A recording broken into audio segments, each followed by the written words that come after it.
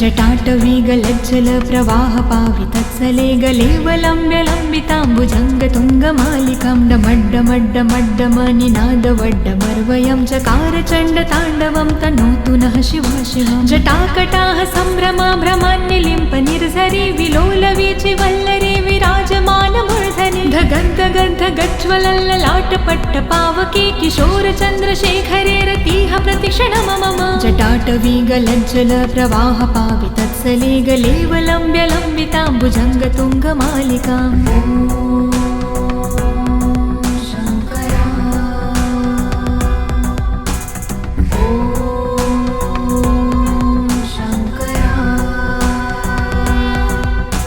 धराधरेन्द्रनन्दिनी विलासबन्धुबन्धुरसुराद्रिगन्धसन्तति प्रमोदमानमानसे कृपाकटाक्षधारिणी निरुद्धदुर्धरापदे कवचदिगम्बरे मनो विनोदमेतु वस्तुनि। जटाभुजङ्गपिङ्गलस्फुरत्फणामणि प्रभा कदम्बकुङ्कुमद्रवा प्रलिप्तदिग्वधूमुखे मदान्धसिन्धुरस्फुरत्वगुत्तरीयमेदुरे मनो विनोदधुत्तं बिभर्तु भूतभर्तरे।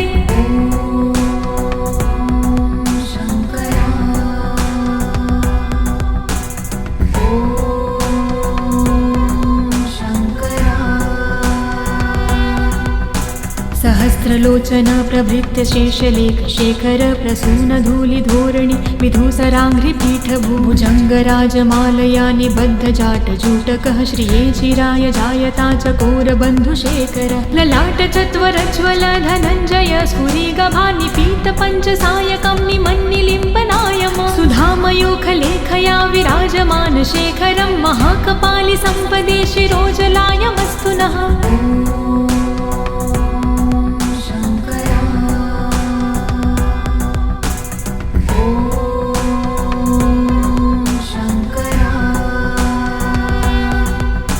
करालभालपट्टिकाधगद्धगद्ध गज्वल धनञ्जयाधरीकृत प्रचण्ड पञ्चसायके धराधरेन्द्रनन्दिनी कुचाग्रचित्रपत्रक प्रकल्पनैकशिल्पिनी त्रिलोचने मते मम। नवीनमेघमण्डली निरुद्धदुर्धरस्फुरत् कहोनिशीथिनी तमः प्रबन्धबन्धुकन्धरः निलम्पि निर्झरीधरस्तनोतु कृत्तिसिन्धुरः कलानिधानबन्धुरः श्रियं जगन्धधुरधरः।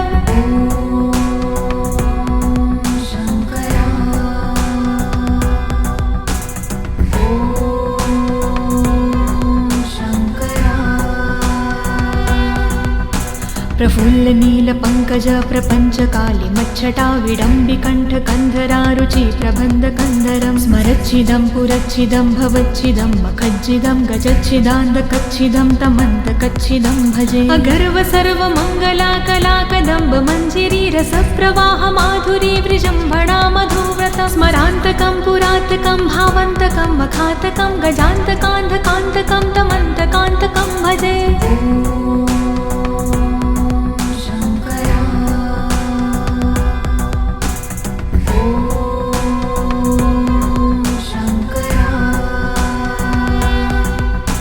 जयद्वद ब्रवीभ्रम भ्रमद्दजङ्गमस्फुर धगद्धगद्विनिर्गमत्करालबालहव्यव धिमिद्धिमिद्धिमिद्धिमिन्मृदङ्गतुङ्गमङ्गलं ध्वनिक्रम प्रवर्तित प्रचण्डताण्डव शिव। दृशद्विचित्रतल्पयोर्भुजङ्गमौक्तिकं स्रजो गरिष्ठरत्नलोष्टयो सह द्विपक्षपक्षयो त्रिणारविन्दचक्षुषो प्रजामहिन्महेन्द्रयो समं प्रवर्तयन्मनः कदा सदा शिवं भजे।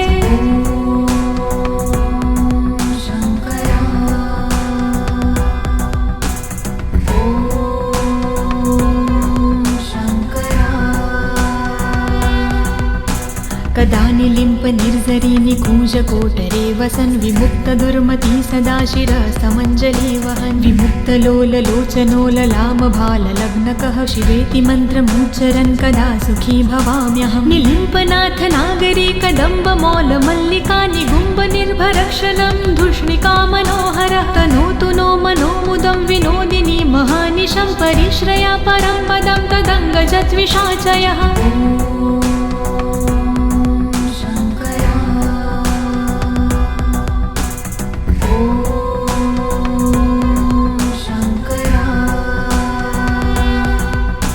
प्रचंड वाडवानल प्रभाशुभ प्रचारिणी महाष्टिसिद्धकामिनी जनावहूत जल्पना विमुक्त वामलोचनो विवाहकालिकध्वनि शिवेति मन्त्रभूषगो जगज्जयाय जायता इमं हि नित्यमेव मुक्तमोत्तं स्तवं पठन् स्मरन् ब्रुवन्नरो विशुद्धमेति सन्ततं हरे गुरो सुभक्तिमाशु याति नायशागति विमोहनं हि देहनातु शङ्करस्य चिन्तनम्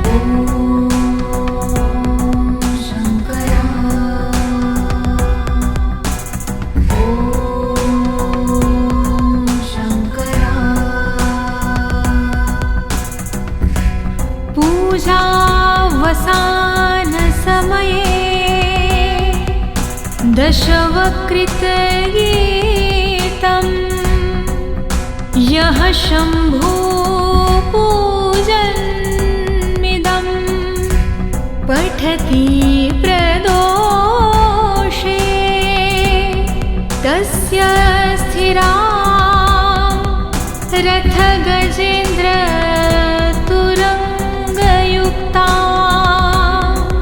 लक्ष्मी सदैव सुमुखी प्रददाति शम्भुः इति शिवताण्डवस्तोत्रम्